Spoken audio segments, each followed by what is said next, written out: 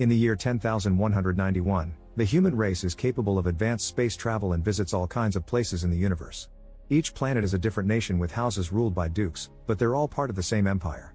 One of these planets is Arrakis, which has a surface made of a very harsh desert and contains the only source of spice, a rare and valuable substance that extends human vitality and is needed for interstellar travel. Because of this, Arrakis is considered the most valuable planet regardless of the desert, and all the noble houses wish to rule it. Spice harvesters that the locals call outsiders come to Arrakis to ravage the land during the night to avoid the heat of the day. These outsiders have treated the local people cruelly as they've colonized the planet for its supply of spice. The Harkonnen family came to the planet many years ago and currently controls the spice production, which has made them richer than the Emperor. The locals, known as the Freemen, always try to attack the spice harvesters in an effort to drive them away, but these warriors are never strong enough to win. However, one day the Emperor sends a decree that kicks the Harkonnens and their people out of the planet, but nobody knows why. Meanwhile in Caladan, Lady Jessica and her son Paul of House Atreides are having breakfast. Jessica wants her son to practice a power known as Bene Gesserit and tells him to use the voice, which should allow him to mind control people. Paul tries to use it on her and fails, but Jessica reminds him it takes years to learn. She also asks if he's had any dreams, and Paul thinks about the visions of a girl called Cheney, but he lies and says no. After his meal, Paul learns more about Arrakis, which is plagued by powerful sandstorms and giant sandworms. Long exposure to spice has given the Freemen their characteristic blue eyes, and they consider spice to be sacred. However, the Emperor uses spice to help navigators travel the stars. Sometime later, Paul and his father Duke Leto welcome the Herald of the Change, who has come with orders from the Emperor. House Atreides will take control of Arrakis and serve as its steward. Duke Leto accepts and seals the deal with his ring. Afterward, Paul meets with Duncan, the swordmaster of House Atreides. Paul asks Duncan to take him to Arrakis with him and his team, but Duncan declines, saying he'd be court-martialed. Paul tells Duncan about the premonitory dreams he's had of Arrakis, explaining he's seen Duncan with the Freemen and dying in battle. However, Duncan still says no because he doesn't believe in the dreams. Refusing to give up, Paul goes to see Leto to ask for permission to go with Duncan, but Leto also refuses because Paul must be at his side when the family arrives in Arrakis. He fears a war is coming, that's why he sent Duncan ahead with a team to try to forge an alliance with the Freemen. Later, Paul trains at sword fighting with Gurney, the War Master of House Atreides, who is angry because Paul doesn't take training seriously and forces him into combat. While using a force field shield to prevent the blades from penetrating, they fight for a few minutes and end in a tie, which would have been a mutual death without the shields. Gurney warns him how vicious the Harkonnens are, so Paul should be ready for war. Meanwhile in Gedi Prime, the homeworld of House Harkonnen, Robin visits his uncle Baron Harkonnen to tell him that all of their ships have left Arrakis. Furious, he yells as he wonders why the Emperor did this to them, but the Baron and his right hand Peter mysteriously say that a gift isn't always a gift. Back in Caladan, Jessica wakes Paul in the middle of the night because Reverend Mother Gaius of the Bene Gesserit school is here and wants to meet Paul. Apparently Jessica told her about his dreams. First, Dr. Yue checks Paul's vitals and he uses the chance to whisper to Paul that while the Bene Gesserit claim to serve the greater good, they also serve their own agenda. Then Yue that Paul's heart is strong, and Jessica uses sign language to ask him to keep the secret. On their way to see the Reverend Mother, Jessica uses sign language again to tell Paul to remember his training. When they enter the room, Reverend Mother Gaius orders Jessica to wait outside, and Jessica tells Paul to do everything that Gaius says before leaving. Paul is angry that Gaius gave an order to his mother, but she uses the voice to draw him closer and force him to his knees. Then Gaius instructs Paul to place his hand in a box as she holds a poison needle to his neck. If he takes his hand out of the box before she tells him to, she will kill him with the needle. Paul begins feeling unbearable pain, but as Jessica recites the litany against fear, he starts seeing his visions of the desert and keeps his head up. Paul passes the test and is allowed to take out his hand, which is uninjured. Gaius tells him that if he had been unable to resist his impulses, like an animal, she would have had to kill him because he has inherited too much power from his mother. Then she asks him about his dreams, so Paul tells her about the girl in the desert. Afterward Gaius leaves, but on her way out, Gaius reminds Jessica that to train a man for the Bene Gesserit was against the rules, that's why Paul had to be tested. It turns out Jessica had been instructed to bear only daughters, but her pride made her believe that she could give birth to the chosen Messiah. After Gaius leaves, Jessica turns to discover that Paul overheard their conversation. He accuses the Bene Gesserit of steering the Imperium's politics from the shadows, but his mother tells him there's more to it than that. The Bene Gesserit has worked for generations to bring forth the One, a mind powerful enough to bridge space and time, the past and the future. They believe Paul might be that person, but Paul is sad that he's just part of a plan. Soon the family packs everything up and arrives in Arrakis. They are greeted by cheers from the Freemen and Paul wonders what they're saying, so Jessica explains they're calling him Messiah in their language. After a long flight over the desert, they make it to the city of Arrakeen, which is protected by a wall from the weather and the sandworms. In his room, Paul learns more about the planet. To avoid attracting sandworms, the Freemen cross the desert using the sand walk, a special walk that mimics the natural sounds of the desert. Suddenly Paul notices a tiny floating machine used by assassins entering through a small hole in the wall. The device flies toward Paul only to stop as they stare at each other. When a servant enters the room, Paul snaps out of it and grabs the device in his hand, crushing it. Afterward the guards are alerted and they find the assassin dead inside a wall. He'd been cemented into a crevice 6 weeks before and had been waiting for the right time to strike. Meanwhile, a Bene Gesserit sister meets with Baron Harkonnen and Peter to bring a message from the Emperor, who has promised to strengthen Harkonnen's forces with his own elite military force, the Sardaukar, but nobody can know about it.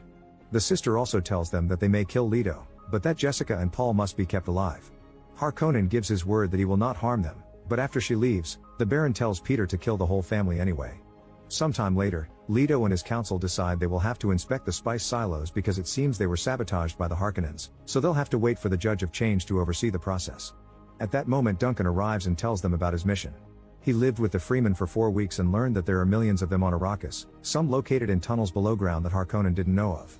Duncan has also brought Stilgar, the leader of a Freeman tribe, to meet the Duke. After Leto greets him, Stilgar spits on the ground, but this is a sign of respect in his culture and Leto returns the gesture. Stilgar tells them that they are outworlders who take spice and give nothing in return, so Leto responds that he knows the Freemen have suffered and promises his people will leave them alone. Stilgar accepts this as honorable and turns to leave, but Paul asks him to stay. Sadly Stilgar can't stay, but he tells Paul in his language that he recognizes him. Afterward Duncan shows them some of the technology he's borrowed from the Freemen, including a paracompass, which can tell direction despite magnetic interference.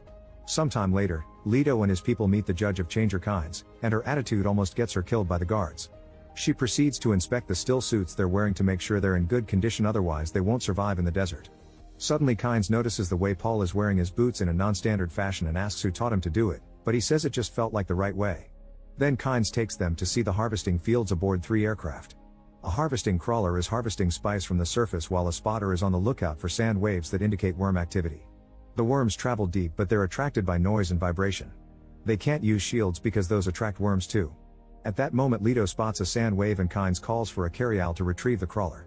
The carryall arrives and lands on the crawler, but a malfunction causes the carryall to fail at picking up the crawler. This means the crawler's crew is in danger, so Leto decides that they will use the 3 aircraft to save them. As soon as the aircraft land near the crawler, Leto orders his men to throw out the shield generators to make room, then he calls out over the radio for the men to leave the crawler and come aboard. The carryall flies away as the worm comes closer, and the crew is guided by Paul toward the aircraft. However, he suddenly freezes when he falls into a trance. Leto is about to take off when they realize Paul isn't on board, and the worm is almost there. Now Paul falls to his knees and hears weird words in his mind before he starts whispering to himself. Luckily he's pulled from his daze by Gurney, and together they begin running only to be knocked down as the worm starts to break the surface, causing the sand to sink in. The duo quickly regains their feet and makes it to the aircraft, which flies away as they watch how the sandworm swallows the crawler whole. Back at the base, Leto tells Kynes that she must realize that the Harkonnens left them faulty equipment to ensure that they fail, but she says the carryall was merely old. Afterward Paul is examined by Yue, who says that Paul seems to be sensitive to spice but he'll be fine. After Yue leaves, Paul tells Jessica that he didn't have an allergic reaction, he actually had a vision. He describes what he saw about the desert, the war, and even kissing Chaney, saying that it was confusing because he saw what he thought was his death but wasn't. He also says that he knows that Jessica is pregnant, which shocks her because she just learned about it. Meanwhile on the planet Seleucus Secundus, the Sardaukar army is getting ready to depart under Peter's observant eye. In the evening, Yue visits Paul and leaves him something to drink, which secretly has a sedative. Moments later, some guards hear a noise and a mysterious person suddenly shoots them all before entering a room and lowering the base's shields. Leto wakes up and realizes something is wrong, so he leaves his room to investigate. When he finds a body, he tries calling security but gets no response. After activating his shield, he turns the body around and finds a servant with a dagger in her chest. At that moment a poison dart comes out of the darkness, penetrating Leto's shield and knocking him unconscious. The mysterious figure person comes out then and reveals it's Yue. Soon Gurney is also awakened and learns that the shields are down. He rushes outside to find a large enemy ship hovering in the sky, and he orders his forces to get their own ships off the ground.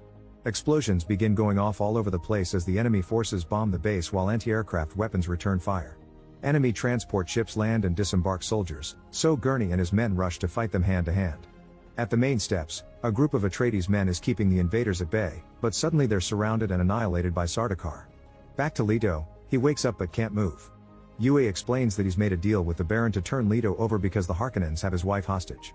After getting Leto's ring for Paul, Yue implants a false tooth in Leto's mouth. If Leto bites down on it, it'll fill the air with poison gas that will kill him, so Leto must choose the right time to kill Baron Harkonnen too.